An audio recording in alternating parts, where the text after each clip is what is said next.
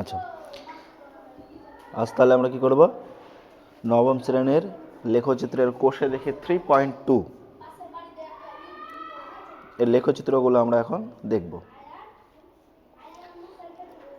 আমাদের 1 আর 2 শুধুমাত্র লেখচিত্রে কোথায় কার অবস্থান আমাদেরকে সেগুলো বের করতে বলেছিল, তা আমরা সেগুলো স্কিপ করে দিচ্ছি। আমরা শুরু করছি নাম্বার 3 থেকে। নাম্বার আমাদের এইখানে নাম্বার 3-এ কি বলেছে? নাম্বার 3-এ বলেছে একটি 3টি খাতা ও 2টি পেনের মোট দাম 55 টাকা এবং 4টি খাতা ও 3টি পেনের মোট দাম 75 টাকা।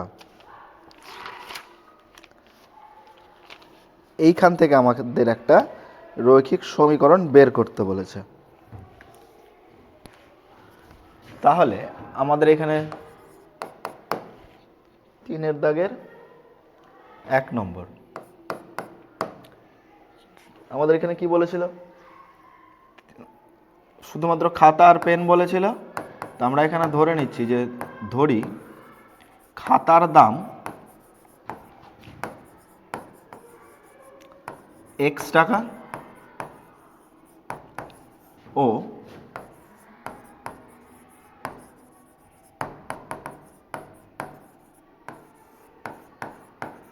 পেনের দাম y টাকা। আমরা এখানে খাতার দাম আর আমরা পেনের দাম আমরা ধরে নিলাম।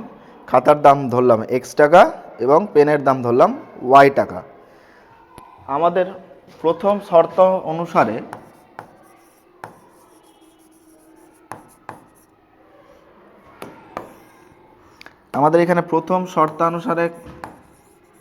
প্রথমে আমাদের এখানে কটি খাতা কিনতে বলেছিল?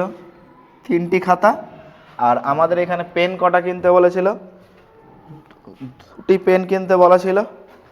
তাহলে একটা খাতার দাম যদি x টাকা হয় তাহলে আমাদের তাহলে এখানে 3টে খাতার দাম কত হবে? 3টে খাতার দাম তাহলে হবে 3 × x প্লাস একটা পেনের দাম যদি আমাদের y টাকা হয় তাহলে আমাদের হচ্ছে দুটো পেনের দাম কত হবে? 2 × y। এখন আমাদেরকে বলেছে যে এই দুটোর দাম 3x আর হচ্ছে 2y, এই দুটোর মোট দাম বলেছে আমাদের এখানে 55 টাকা। কত টাকা বলেছে? 55 টাকা, বা 3x প্লাস 2y সমান 55। এখানে আমরা সমীকরণের হচ্ছে নাম দিলাম 1 নম্বর।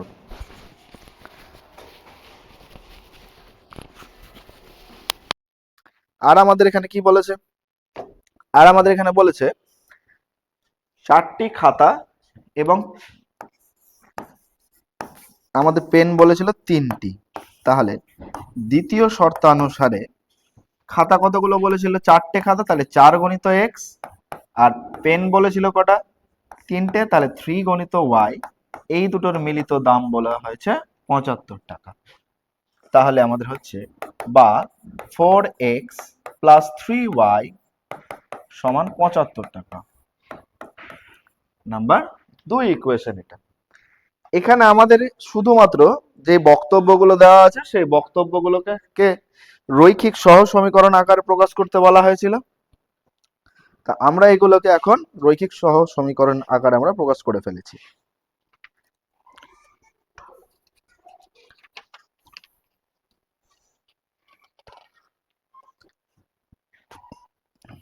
একই রকম ভাবে আমরা তাহলে হচ্ছে 2-এর দাগেরটা করি।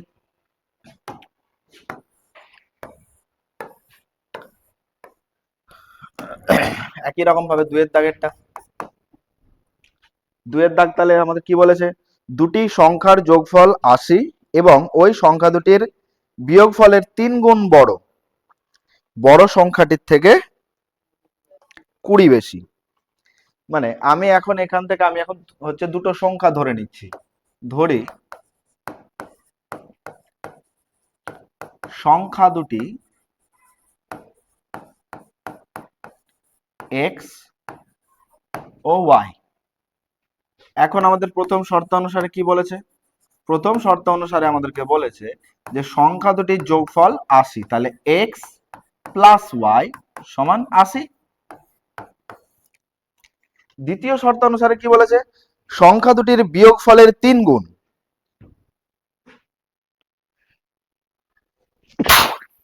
সংখ্যা দুটির বিয়োগফলের 3 গুণ। দ্বিতীয় শর্তানুসারে কি বলেছে,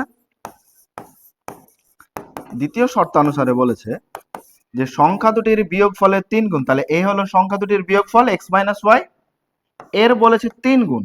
এই আমরা করে দিয়েছি 3 গুণ। তাহলে সংখ্যা দুটির বিয়োগফলের 3 গুণ বড় সংখ্যাটির থেকে 20 বেশি। তা আমরা বড় সংখ্যা আমরা কোনটাকে ধরেছি, x টাকে। তাহলে বড় সংখ্যার থেকে 20 বেশি, তার মানে এটা থেকে আবার বড় সংখ্যা বিয়োগ সমান 20 হয়েছে।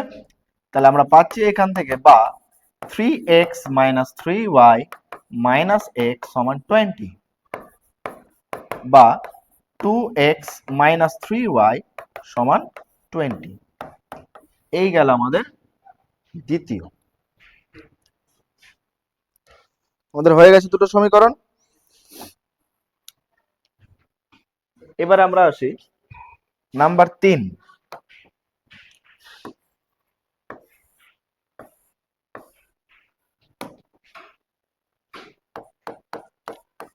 নাম্বার 3-এর দাগে আমাদের কি বলেছে, নাম্বার 3-এর দাগে বলেছে যে কোন ভগ্নাংশের লব ও হরের প্রত্যেকটির সঙ্গে 2 যোগ করলে ভগ্নাংশটির মান হয় 7/9, এবং ভগ্নাংশটির লব ও হরের প্রত্যেকটি থেকে 3 বিয়োগ করলে ভগ্নাংশটির মান হয় 1/2।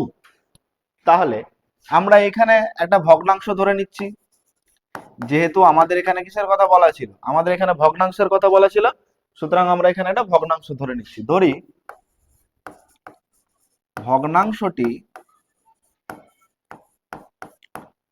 সমান x/y। এখানে তাহলে আমাদের লব কে হচ্ছে, লব হচ্ছে x, ও হর কে হচ্ছে, হর হচ্ছে y। লব হচ্ছে x আর হর হচ্ছে y।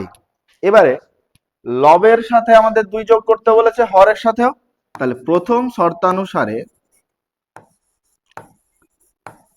শর্তানুসারে উপর নিচে মানে লবের সাথে আর হরের সাথে দুটোর সাথে আমাদের 2 যোগ করতে বলেছে। তাহলে x plus 2 by y plus 2 সমান আমাদের কত বলা ছিল, 7/9। এবারে এইখান থেকে আমরা কি করব, এইখান থেকে আমরা করব এখানে যে এই কোণা ওই কোণা আমরা গুণ করে নেব। এই পদ্ধতিকে বলা হয় বজ্র গুণন। এটা তোমরা এমনিও করে রেখেছো, সেটা ছিল ভগ্নাংশের সমানুপাতির সময়। এটা তোমরা চতুর্থ পদের সমানুপাতির সময় তখন তোমরা করে রেখেছিলে। তখন তোমরা করেছো প্রথম গণিত চতুর্থ আর দ্বিতীয় গণিত তৃতীয়। এই যে এইখানে আমরা যে কোণাকুণি গুণটা করছি, এটাকে বলা হয় বজ্র গুণন পদ্ধতি। কোণাকুণি গুণটাকে কি বলা হয়, বজ্র গুণন পদ্ধতি। তাহলে আমরা এখানেও তাই করব, বা 9 into x plus 2 is equals to 7 into y plus 2, বা এখানে আমরা যদি করি তাহলে 9x plus 18 সমান 7y plus 14, বা